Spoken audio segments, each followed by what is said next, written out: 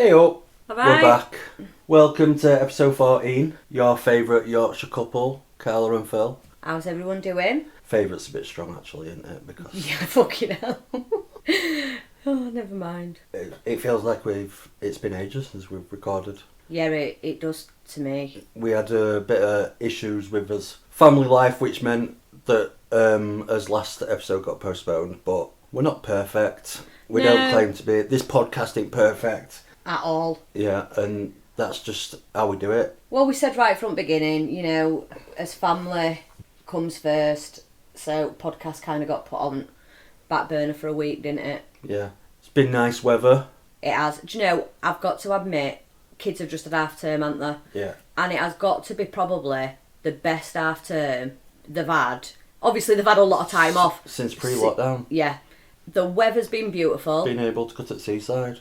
We've been to, we did. We've been to the seaside. We had a day at Whitby. As kids, like eldest, it is proper took me back to my childhood this week as that lad. He's spent all week over at Emsworth Water Park, hasn't he? Yeah. With his mates. Not bothered about going to seaside with mum and dad. No, not at all. Cost us a bloody fortune is what he's done. But he's had a really good week. Telly-wise, we watched Friday Night Dinner documentary. Oh, we did. That was sad. We're big fans of Friday Night Dinner. If you haven't watched it, please. It's definitely worth a watch. Yeah, that was sad. It was sad, wasn't it? Yeah, It was because upsetting to see. the actor Paul Ritter has passed away. You said it were a brain tumour, didn't you? Yeah, I read that he'd got a brain tumour and he became really, really unwell. And I also read that they weren't going to put the documentary out. Yeah. In fact, the lady that plays his wife, she said to him, "Oh, you don't have to do this," but apparently he really wanted to. And he's my favourite character. Yeah, he is. Females. Watch it if you haven't watched it. Then we watched Friends documentary. Yeah, I were really I've got to admit, I were a bit disappointed. I wasn't disappointed. I enjoyed it. I enjoyed it for what it was. Also, Handmaid's Tale. Oh. God, we had a day, didn't we? Yeah. We literally said, you know what? We're not doing nothing. We're not going anywhere. We're not seeing anybody. We're gonna just have a day catching up. And I'd said earlier on in the week that it felt like it's been ages since me and you have just got that into a series. Yeah. That we binge it through day. Yeah, and we've just chilled out through day. Yeah. I think last series that we did that together was Kingdom. Yeah. Which were a long time ago now. Watch Kingdom as well. Yeah, that's a really good one. It's a series about an MMA gym, but it's so much more. Yeah, because just remember, when I thought it was just it's something on MMA, it didn't interest me. But you haven't got a good record for having good taste in series, have you? Yeah, mate. No. If you're listening, which I know you will be, I got you, mate. I got you. We'll not go into that. So, but you did make it sound shit, but it's not. It is really it's good, isn't it? Yeah. And lastly, Mayor of Easttown. That is definitely worth a watch. Sky Atlantic, Kate Winslet. She's done a few now. Yeah. And we've enjoyed. It's a bit of a slow burner, I would say. Yeah. But it is brilliant. The last few episodes are the best. Yeah. But we enjoyed that, didn't we? Yeah. To be fair, we've not watched much into. We watched a film called I Am All Girls. Yeah, on Netflix, and that were loosely. Well, it was based around a true story with obviously some fiction put in there. It were human trafficking. Yeah, that were. I enjoyed it. So another recommendation for you. It is, and if anybody wants to ask me over message, oh, what was that thing you recommended on your episode, Steph? Please, at least know what episode. That girl had me going back, how many? 6 to find out. So I hope it will worth it for her. I'm first. Yeah. This week. Now, this case was a request from Johnny, my friend. Shout out. Whoop. I'd never heard of this guy. I asked you if you'd heard of this guy, and you said no. It always shocks me. Like, I know there's that many cases out there that I've never heard of. You can't possibly know them all, No, can you can't. No. But when there's a case that I've dug into this week that you've not heard about, that shocks me. Because this guy, he weren't the worst, but in terms of things progressing, I'd have definitely thought it had been an up there popular case. Mm-hmm. But it wasn't. So I'm going to speak to you about Michael Bruse Ross, who was later named the Roadside Strangler. Apparently he got that name, it weren't actually given to him via the media or out like that. His case featured on a documentary programme, and all the other cases on that episode all had nicknames. Right. So the producers decided that he needed a nickname. Right. So then he was called the Roadside Strangler. So Michael Ross was born on the 26th of July in 1959 to his parents Patricia and Daniel Ross. Now, them two didn't have a stable marriage at all. It weren't good. They basically found out she was pregnant pretty young. I think she was just leaving school. The best thing to do in them days were get married. That's what they did. Now, they lived out on a farm. It were a working farm in Brooklyn, in Connecticut. His mum, Pat, she fucking hated it. She hated everything about farm life. She hated everything that came with it. She didn't want to be a mum. She didn't have a maternal bone in her at all. Now, it is said that she was borderline schizophrenic, so she did struggle with her mental health quite a lot. So all that added together with her mental health were a really shit environment for kids. They had 4 children, and Michael was eldest. Now, she did end up leaving them all, and she went to North Carolina with a new man. It didn't last very long, and she ended up coming back. But she was then hospitalised because of her mental health, and she was put into an institution. While she was there, her psychiatrist reported that she'd often talk about wanting to hurt the kids, physically and mentally. Patricia definitely used a lot of mental abuse on kids. Because they lived on a farm, she would feed them raw meat that had gone off. Obviously that'd make them poorly, but she didn't take care of them, she didn't look after them, she'd sit and laugh at them. Now, she would purposely ruin the clothes, just awful things, so they got bullied, which then in turn made them they didn't go going to school, they just got picked on all the time. And the dad didn't interject at all? No. So they all suffered with, from the mum's mental abuse. There's not a lot documented if any of that abuse were physical, but one of Michael's sisters did say that he definitely was the scapegoat. He got the majority of all his mum's aggression and anger and everything else. It's funny how it's always one, isn't it? Yeah, and I probably would think that Michael was blamed for how her life turned out. Yeah. The fact that she only married this man because she dropped on pregnant with him. Yeah. She hated the farm life. So he probably got all that because she blamed him. Michael were a bedwetter, quite severe bedwetter, well into his early teens. Every time he wet the bed, she'd make him hang his sheets out of his bedroom window so everyone could see. It was just we were a way to publicly embarrass him, wasn't it, and humiliate him. At one point, she also tried to convince him to kill his pet dog. She tried telling him that his dog had a disease and that it was going to spread to him, and it were either him or the dog. He didn't actually kill his dog, but she did try. So all this, you can imagine that he didn't have a great childhood. It took a toll. Yeah, it was pretty shit, wasn't it? Michael did say that he couldn't remember much of it, but what he does remember is how much he loved working on the farm with his dad. And it's also documented that Michael was sexually abused by his younger uncle, who lived with them and worked on the farm with them. But when Michael accused him, he committed suicide.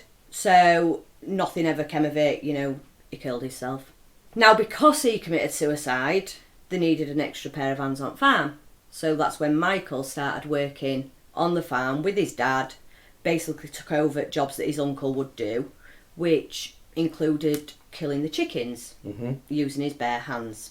He was only 8. Fucking hell. 8-year-old. But... That's like our Travis. I know. That's crazy to think, isn't it? Yeah. That this boy of that size were having to use his bare hands to strangle... Travis is his youngest son, by the way. Yeah. To strangle a chicken. Yeah, that's fucked up, that. But it actually does say that he really fucking enjoyed this. And as he got older, he just got more and more into farm life. When he started going to high school, he really wasn't sociable at all. It weren't because he had a low IQ or anything like that, because he actually had an IQ of 122. So he was, not just an average Joe IQ.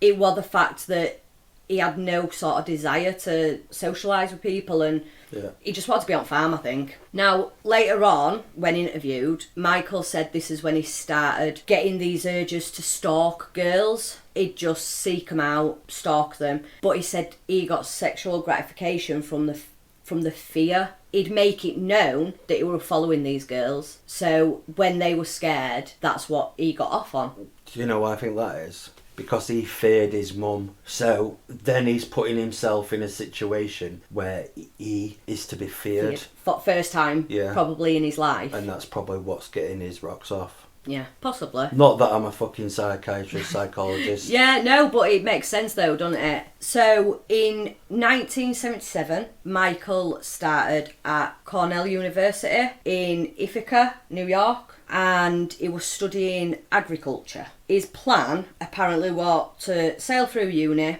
graduate, and then continue running the family farm. When he started uni, apparently he went balls deep and he just started drinking, experimenting with drugs, sleeping around, just doing what rest of they were all doing probably. But he'd never done it, had he? Let's be honest, he weren't a very sociable person. And people that did knew him... probably thought, well, this is fucking fun. This is new.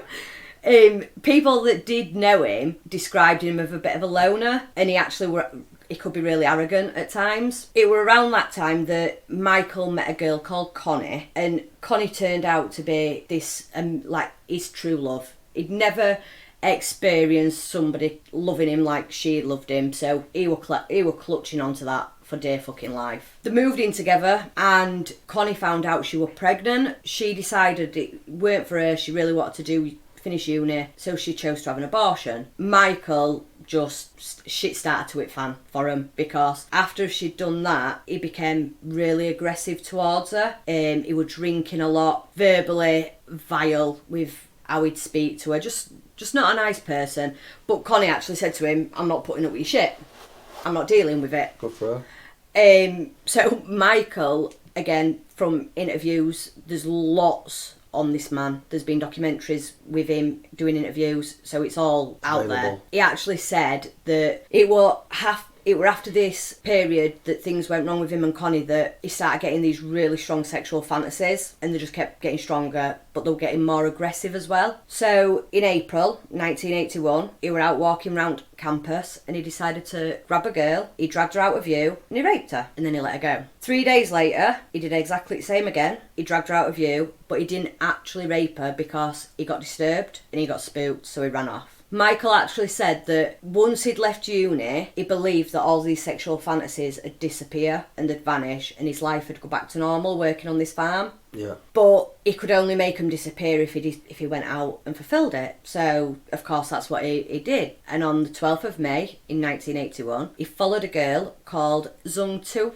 I don't know if it's Zung Tu or Zung Tui, so I apologise. But they were in a night class together. He decided to follow her out, stalked her for a little bit. He then pulled her to a secluded area and raped her. But this time, she told him that she knew who he was, and everyone's going to know what he's done. So, only thing he could do was kill her. So he strangled her. He actually thought she were dead, so he threw her over a bridge into a lake. But when autopsy came out, she were actually alive and she ended up dying from drowning. Right. So that girl could have actually, if he'd have just left her there, she'd have been found, wouldn't she? So at this point, Michael's just finishing uni. He's been offered a job in North Carolina and he's still trying to win Connie back. So he's trying to convince her to go with him.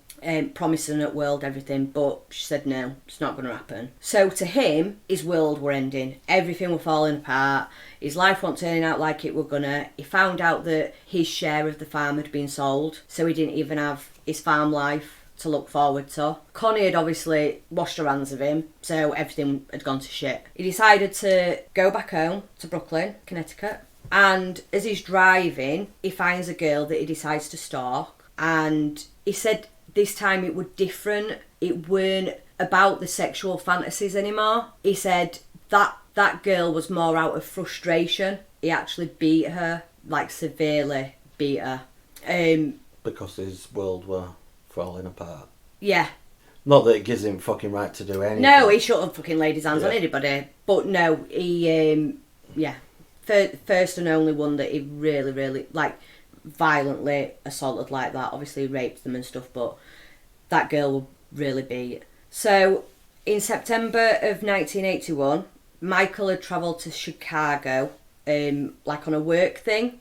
Again, he found a 17-year-old girl that he followed. He grabbed her, but as he's grabbed her, a neighbour saw him, so they rang the police. The police came and they actually caught him and he got arrested. He was charged, he pled guilty, and he was given a $500 fine and told that he'd later have to go back to court. So he left Chicago, went back home. It was nearly Christmas. He was spending it at home. He thought that he was going to go back home and have this nice Christmas, family Christmas with his siblings, his mum and dad and whatever else. But it didn't happen like that. Not that it justifies, but I find it interesting in all the research I've done. There always seems to be something that happens that triggers the next event. Yeah. Do you know what I mean? Yeah. He seems to, when settled and happy in life, he sails through. But it's when that trigger's there. I found that quite interesting with him. So he'd had a really shit Christmas and it's January the 4th, 1982. And there's a 17-year-old girl called Tammy Lee Williams. She was walking home from her boyfriend's home and Michael spotted her as he was driving past. Of course, he pulled over, offered her a lift, but she said no thank you. But he decided to drag her into nearby woods, rape and strangle her. He covered her body with leaves and rocks and left her there. Then in the May of that year, Pamela, who was 16, again, walking alone, Michael spotted her, offered her a lift, but she also turned it down. But he then also dragged her to the side of the road, raped her and strangled her and left her body there.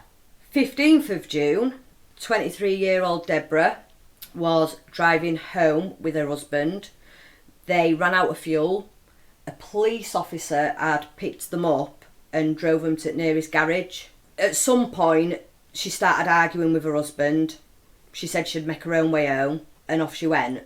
And unfortunately, she accepted a lift from Michael.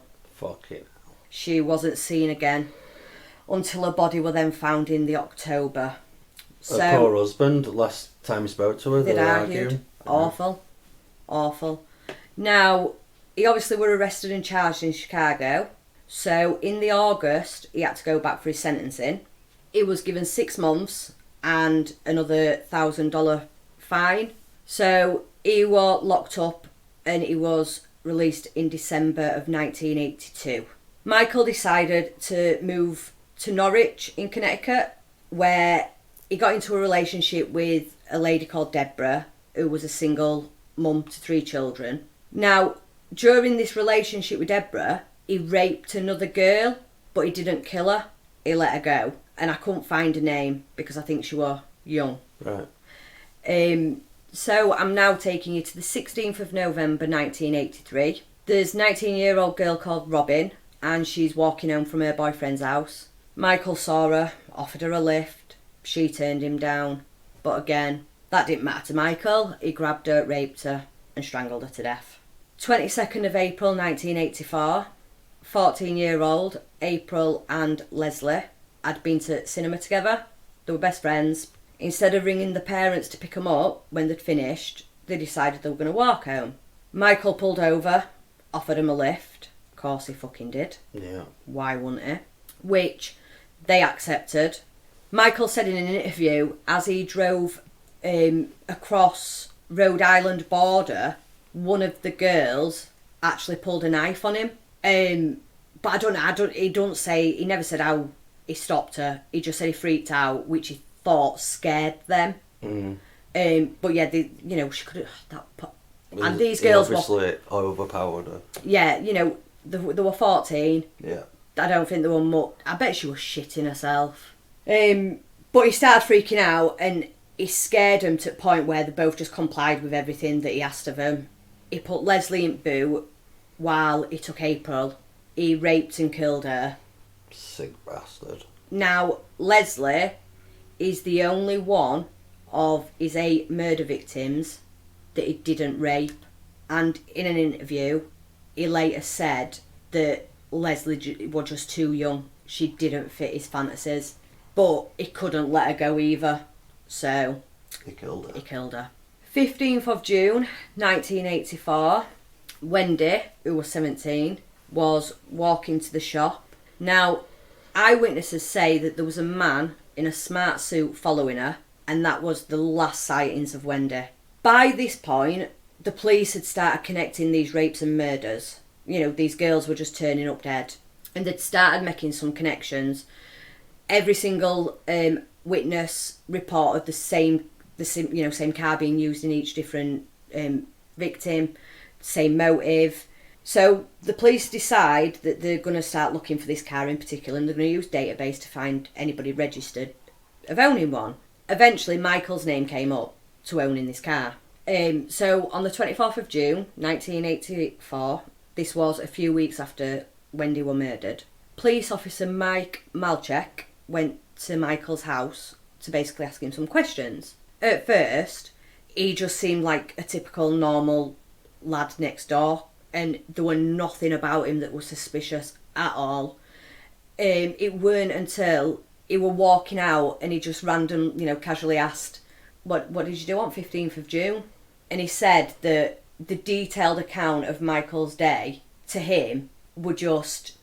Something had happened on that day for it to be so memorable for him. The only thing he did is he changed timings, which created an alibi, so he weren't when Wendy was taken.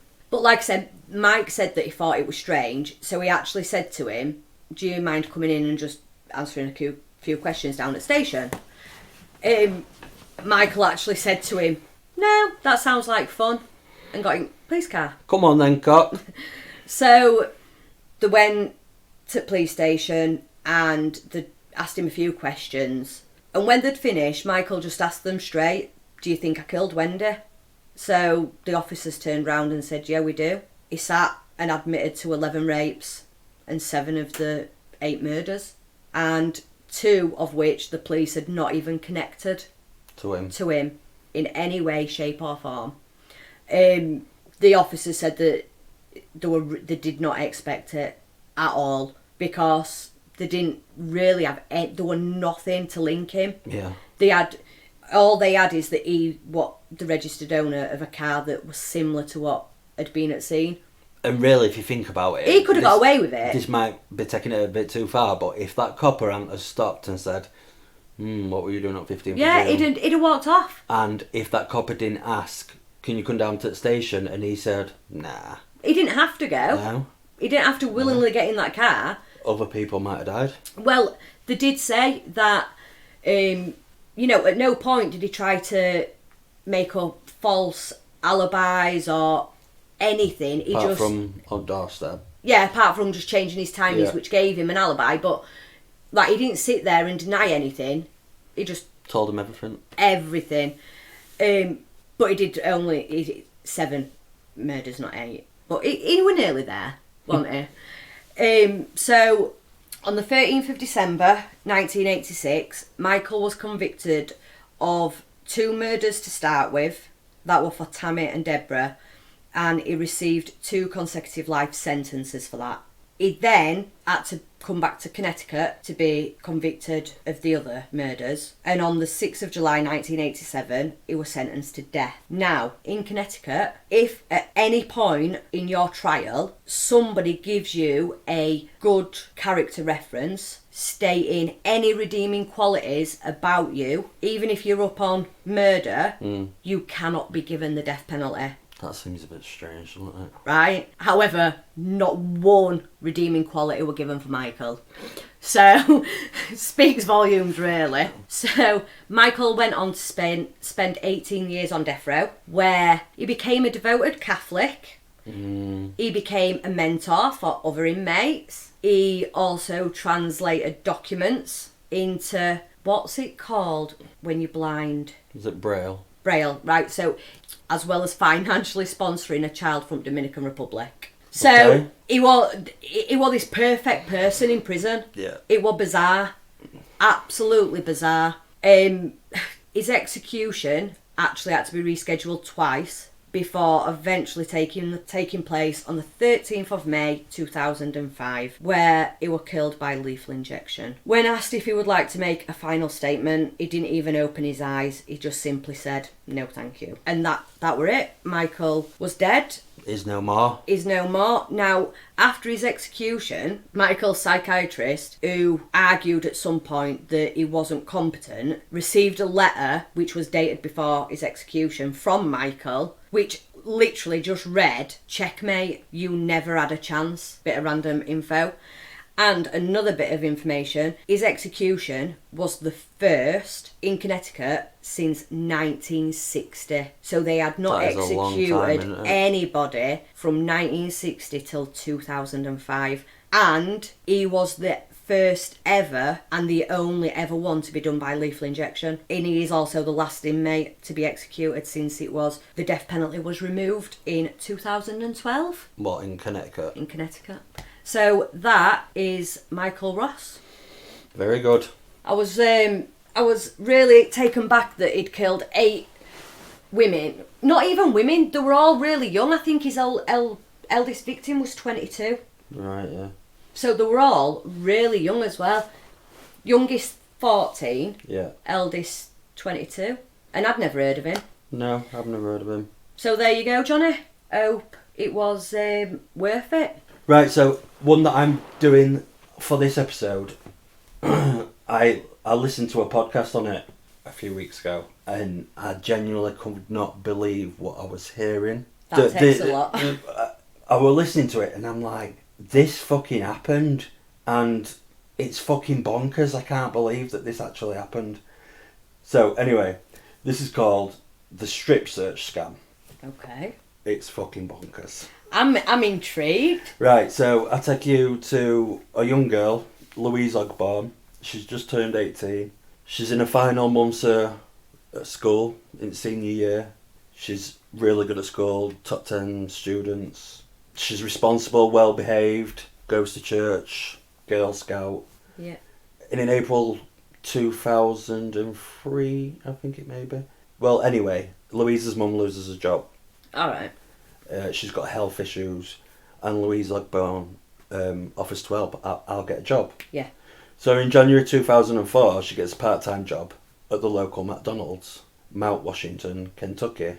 Now, I've worked at McDonald's. Yeah. I worked at McDonald's for 8 years, and I had some amazing times at McDonald's. Oh, you were friends for life. Brilliant friends.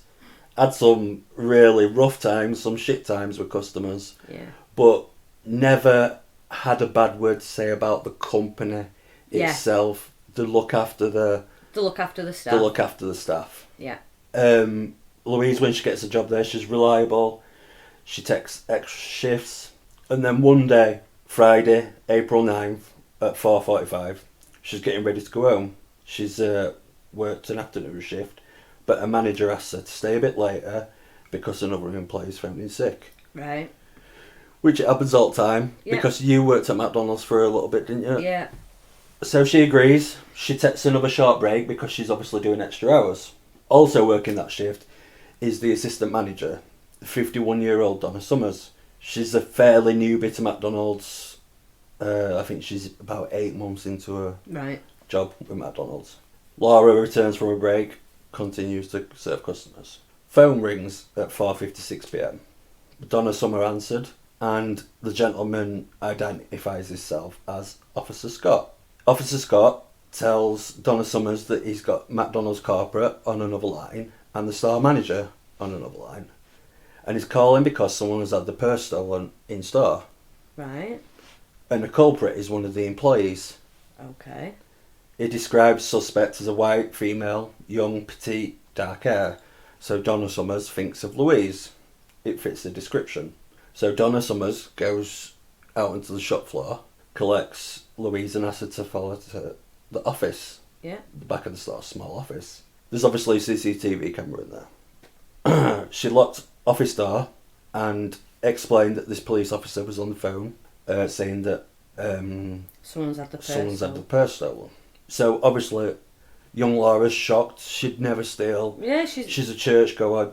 This just not in her character. Yeah. Donna said that this police officer had described Laura. Officer Scott was still on the phone. So Donna Summers has switched between speaking to Officer Scott and Louise. Officer Scott has said that Louise had 2 choices. She had to submit to a search to find this purse here and there, or wait for an officer to come and arrest her. They also think she's a drug dealer, and Officer Scott tells Donna Summers that they're in the process of searching her home. Right. Laura's crying, and she's begging for the police station to take me to the police station. Donna Summers passes the phone to Laura, and Laura speaks to Officer Scott. She agrees to be searched on the spot. Officer Scott issues instructions to Donna Summers. First, empty her pockets, take her keys, take her phone. Officer Scott suspected the purse could be hidden underneath her clothes. Of course he fucking did. So she were ordered to undress. This isn't a real officer at all, is it, Philip? Another assistant manager, Kim Dockery, 40 years old, was replacing Donna Summers on the night shift. And she's like, what the fuck is going on? Yeah. Laura reluctantly stripped down to her underwear. They put her clothes in a bag with the car keys outside of the office. Kim Dockery, who was the night manager, was hugging Laura and said, if this were my daughter, I would be fucking pissed. If it were our daughter, fucking fuming. It wouldn't happen. It's fucking disgusting. They gave her an apron to cover herself, and she's obviously in the corner of this office, petrified, don't know what's fucking going on. Restaurant's getting busy, so Kim returns to the shop floor, and Donna Summers says to Officer Scott, I need to go as well. So what Officer Scott says is, get a male employee to watch over her. So Donna Summers picks someone called Jason Bradley, a 27-year-old cook. Right, just a minute. I'm in kitchen. Mm-hmm. I'm grilling my burgers. Yeah. My manager comes to me and says, I need you to come in office because I need you to watch over a female that works with you who's been made to strip off. She's locked in his office and you're going to sit and watch. I don't want no fucking involvement in this. Well, he gets into office. She's there clutching the apron against herself. He speaks to Officer Scott on the phone, and Officer Scott asks him to remove the apron and describe her body. Jason Bradley gets pissed off. A few minutes later, he storms out and told Donna Summers, that's fucking bullshit, I want no to fucking do with it. 100%. Now, I don't know exactly when, but she ends up completely naked with just this apron. I don't know when she takes her underwear off, but she does. Right. Donna Summers, she gets back on phone. By this time, Laura's been in this office 40 minutes. There's nobody else available, and Officer Scott asks if she's married, and she says, well, yeah, I've got a fiance. So she phones her fiance to come and look after this 18-year-old naked girl in the office while she can go serve burgers and drinks. Fuck off. Can I just... not to be jumping, but are they all convinced that this is a real police officer? What, like legit? I believe so. Like, Who fucking knows? Who knows? But it gets worse. So, a fiance comes. This one's called Walter Nix Jr., 42 years old. He's an exterminator, church-going man, really well-known, well-liked. So, at 6 o'clock, Donna Summer calls him, says that we've got this employee, she's been accused of theft, drugs.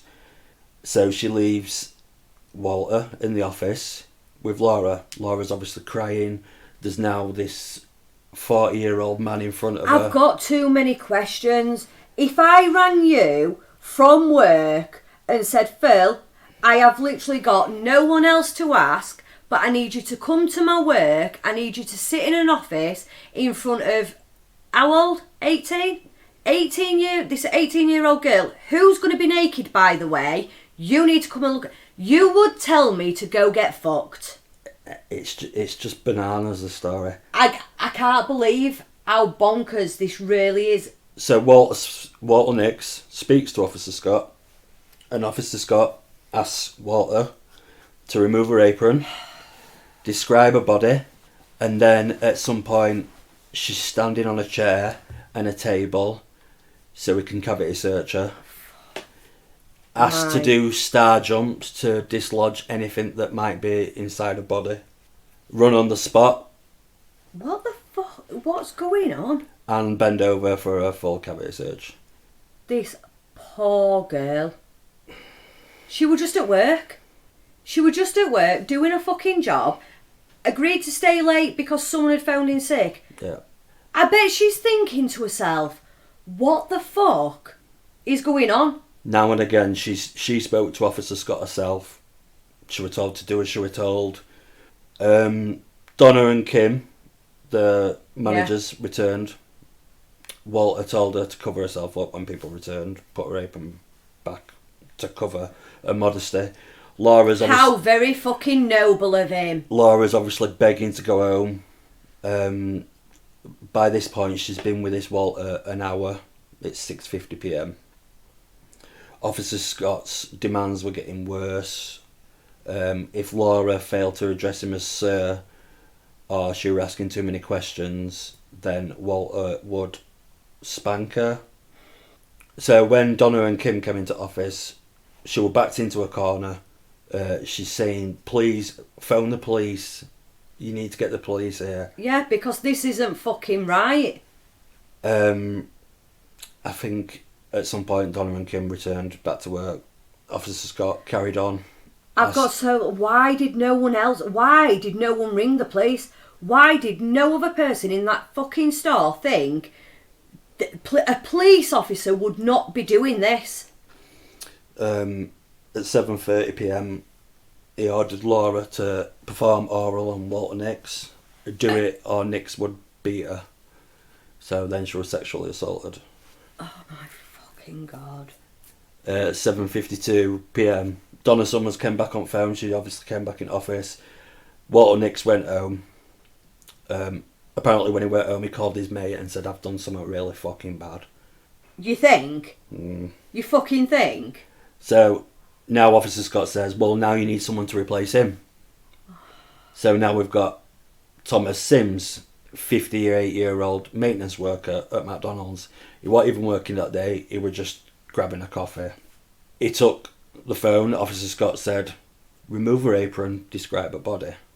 Thomas Sims refused to comply, said, what the fuck is this? This ain't right. He gave her clothes back. Oh no, he ordered that her clothes be returned and the police called. Good fucking man. Donna Summers called store manager, who Officer Scott had claimed to be on the other line, and she had no idea what Donna were fucking talking about. Honestly, if you could see Carla's face. I swear. Oh. So, Donna Summers begged Laura for forgiveness. Officer Scott... Do you know what you can do with your forgiveness? Shove it up your ass. Officer Scott had hung up. He'd been on phone nearly 3 hours. That poor girl.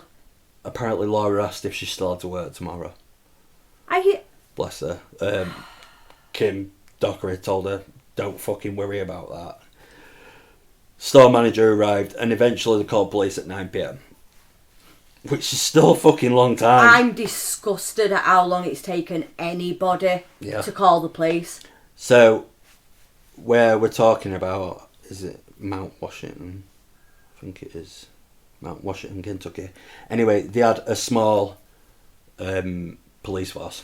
Yeah. 16 officers on staff. They had one detective by the name of Buddy Stump. He was first to arrive. Obviously, CCTV camera caught everything. Yeah. They suspected it was an in-house payphone, so the person on the phone could watch and see all this fucking shit happen. Right. But couldn't find it. So he Google searches strip search scam, and hundreds of hits come up. Fucking hell. Similar phone calls to store managers, assistant managers, always young girls, always involved in a strip search, mostly fast food chains, small towns, and this had been going on for 12 years. Fuck off. 12 years. Wow. I just picked a few. November 30th, 2000, McDonald's, Litchfield. A customer got accused of being a sex offender. This person convinced the manager to remove their clothing in order to bait the suspect to commit a sex crime. Fuck. It's fucking bonkers, isn't it? I can't. And promised that manager that undercover officers was in the building, so if this suspected sex offender were gonna commit a sex crime because you'd undressed her, undercover officers were there to help you. How did they get away? I don't... By 2003, there'd been 60 different incidents. As time went on, they got worse. February 2003, McDonald's, Georgia, strip search involving a female employee and a male employee, giving them a cavity search. Disgusting. By 2004, there'd been 70 incidents across 32 states. So they put a task force together to investigate this fucking... I don't even know what you call it. I'm really fucking lost. Honestly, words, because I can't... This is what when I was listening to it, I was like, is this fucking real? This is fuck... I'm sat here thinking, how the fuck did anyone convince all them people to do these things? So, in this task force, we've got a gentleman that goes by the name of Sergeant Victor Flaherty. By the time Laura had her ordeal, 17 McDonald's managers had been duped by this so-called officer. Right. 12 of them had been charged. But obviously, no fucking leads on who this caller is. Yeah. It was described as calm, authoritative, new police jargon, new names of managers, new names of local police, and sounded fucking credible. Right. They described him as he was speaking to you, it was like he was watching you. So he knew what you were doing? Yeah. In Laura's case, someone decided to star 69, which is like a 1471 in UK where... Yeah. Yeah. And it were a non-existent phone. Detective Stump found out that it were a prepaid calling card from AT&T that was used, which is like an O2 or a Vodafone. Yeah. And it was traced to a phone box outside a supermarket in Panama City, Florida, 600 miles away. Now, the biggest seller of these prepaid calling cards were Walmart. Yeah. And then knocked it down to 3 stores.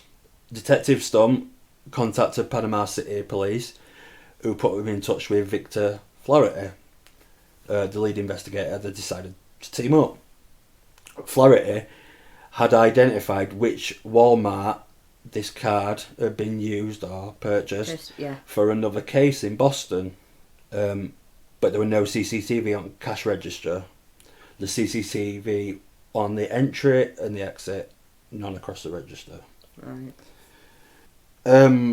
2 hours before Laura's ordeal, the same number, they tracked it down to another Walmart. This Walmart did have CCTV. Right. And it revealed a white male, between 35 and 40, dark hair, glasses. And Detective Flaherty recognised him as he had noted that he'd seen him in the Boston Walmart entry exit. Yeah. June 28th, the Panama City officer recognised the clothing that this gentleman was wearing. It was a uniform from Bay Correctional Facility, which is a private prison. So they went to this prison warden and he identified him as 38-year-old David Stewart, who was a guard, married with 5 kids. Right. Detective Flaherty visited David Stewart, asked him some questions, and eventually he asked him, why do you think a detective from Massachusetts or far away would be coming to talk to you? Yeah. And he asked him, have you owned a call card? David Stewart got really distressed, and his first question was, has anyone been hurt? Right. So Detective Flaherty says, people have been hurt, people have been physically abused, mentally abused. And David Stewart says, amen, thank God it's over. After this, and they get back to the police station, then he claims to know nothing. Right. Gets a lawyer, uses his right to remain silent. Of course he does. So police are like, what can we charge him with? We've got fucking... We need to charge him with something to keep him, don't they? They serve a warrant for his search of his address to find multiple guns, loads of law enforcement magazines, and lots of applications for police jobs. They found a single call card connected to 9 other scam calls in 2003. We're not just talking McDonald's, we're talking Wendy's, Burger King's. Like this hasn't just been McDonald's that's been targeted. He's been doing it 12 fucking years. Yeah. His first charge was soliciting for sodomy. Yeah. He was also charged with impersonating a police officer, soliciting sex abuse, and unlawful imprisonment. Stewart pleaded not guilty, and he was released on bail of $100,000. Right. Trial to take place end of that year. Laura Fletcher's case, Walter Nix was charged with sodomy and assault, even though he claimed he was a victim. How? Donna Summers ended a relationship with Walter Nix. She was suspended, then later fired. She was charged with unlawful imprisonment. Kim Dockery moved stores. Laura obviously had a lot of trauma, panic attacks, anxiety, the lot. So Laura filed a civil lawsuit against McDonald's, who failed to warn these managers, these employees, that this were fucking going on. Yeah, because it obviously were a big thing that were happening. It had been happening for a lot of years. McDonald's response was Laura was mostly to blame herself because she should have realised that it wasn't a legit police officer. But she did. She was saying, bring the police here. It were every fucker else around her that failed her. Yeah. Walter Nix did a deal, agreed to say sorry in court in October 2005, received probation. He had no criminal history. Yeah. He was going to take the alpha plea and not be on the sex offenders. But the judge refused the plea agreement because he'd seen the CCTV. Yeah. And he said, absolutely fucking not, mate. See, this is what's confusing me here, right? So, I understand how the first 5 minutes of this could have been taken as legit, but any point after that, anybody that were happy to get involved, like Walter, you fucking deserve everything that you're charged with. Yep. Because to say that Walter was a churchgoer, no previous history or anything like that, no criminal record. He had no fucking problem in. He had no problem in her. and letting her give him oral sex because somebody on a phone told him to. He's no, fuck off, mate. In February 2006, Walter Nicks pleaded guilty for a 5-year deal. He was to be placed on the sex offenders list. Yeah. And testify at David Stewart's trial. Donna Summers got 1 year probation. Laura actually backed Donna Summers. Yeah. And basically said, I can understand why she got duped. Donna Summers were obviously saying, well, why have McDonald's not fucking told us about this? Yeah, as managers, why have we not had an email stating this scam's going about? Yeah. October 24th, 2006, it was David Stewart's trial. This was 2.5 years since Laura's ordeal. Right. Donna testified, Walter testified, and Laura testified. Nobody had seen Stewart. No, he was just over the phone. It's a phone call. Yeah. His defence team had apparently got information that Laura had said to someone that she'd get a big check because of this, and that she was doing it for money. That were part of their argument. What a shit fucking defence. October 31st, 2006, they took 2 hours to reach the verdict. Yeah. Not guilty. What? Not guilty. David Stewart left in silence, no press, no interviews, no nothing. Funnily enough, there were no further strip scam calls and no further charges for David Stewart were filed. They had nothing. Yeah, but they fucking found the card that were connected to some other scam I know, calls. but no further charges. That's all it says. Surely, I'm not being funny, right? But this is going on. This has been going on for a long fucking time. Yeah. It's hurt a lot of fucking people. And got away with it. How would a CPS not CPS? How would a jury not see that connection from that call card and know that he's responsible? Because I don't think that would be allowed into court because that's from a different case, maybe. Oh, it's different fucking states and stuff, isn't it? Maybe. Laura were going to sue McDonald's for $200 million. Right. It turns out the company were aware 2 years before Laura's. So they'd known for 2 years that this were going on? Settlements had been reached out of court. Of course they fucking have.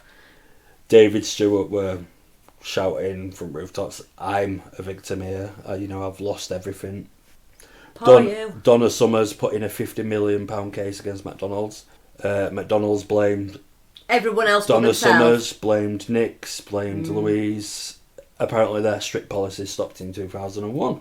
September 10th, 2007, it comes about that McDonald's are holding 16 boxes of evidence for prior hoaxes.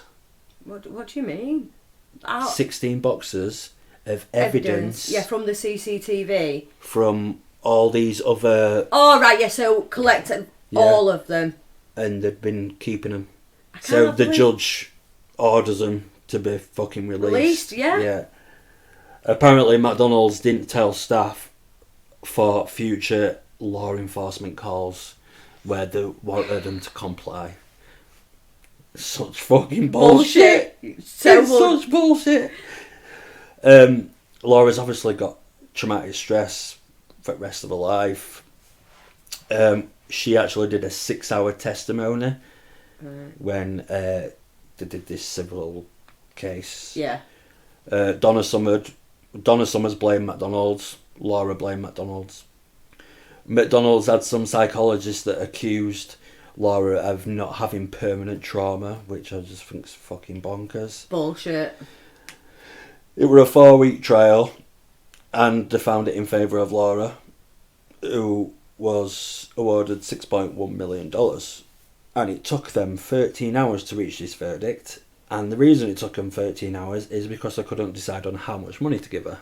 Some jurors wanting to give her $100 million, and allegedly one juror wanting to give her $1. Donna Summers got awarded $1.1 million. McDonald's actually launched an appeal against this decision, and it failed. The judge upheld it, but on reflection, they reduced Donna Summers' payout to $500,000. Right. And ordered that they pay the lawyer fees for Laura, which were $2.4 million. 2.4 million lawyer fees? Yeah. Well, saying that though, it's a massive fucking company. You ain't going to be using your bog standard lawyer, are you? They actually launched a second appeal, but apparently they reached an undisclosed agreement with Laura, and it was withdrawn. And that's the end of that particular case that's quite infamous. That particular case that goes alongside so many others that I didn't have a fucking clue had ever happened. Honestly, I was just listening to it and I was like, what? Like, this actually happened? It blew my fucking mind. And, it ain't got murders, but it's still... No, but it's horrific abuse on still somebody. Fucked up, isn't it? And it is fucked up that so many people... Out of that, you had one guy that turned round at beginning and went, fuck that, don't want nothing to do with it. And then you have the hero at the end that says, give her her fucking clothes back, call the fucking police. Yeah. Everyone else in between, including someone's fucking husband, thought it was legit and this is alright. What if our Grace came home and said to us that this has just happened at work? Be fucking hell on earth. I swear to fucking God. Just bonkers, innit? Yeah. Yeah. And then when I found out that it had happened more than once. And for a fucking period of 12 years. Yeah. That's crazy. I'm genuinely shocked. Well, you can see my face, these can't. That means I've done a good job. You have? Oh, fucking hell. I hope you've enjoyed episode 14. I hope we've give you a giggle or two. Yeah, it's good to be back, and we will see you in 2 weeks. Please like us, Insta, as Facebook. We just need a few more numbers. Just a few. Just so we know you like us. Oh, we are also now over on YouTube as well. I'm not sure if I mentioned that before. It's not a video. It's literally just our picture over top of our audio. Yeah. So but check it's it just out. Another platform. Subscribe and all that shit. Please. Shiznick. I'm not fucking begging. You are begging. Have a really good week. The weather is supposed to continue to be beautiful. And we will see you in a fortnight. See ya. Bye.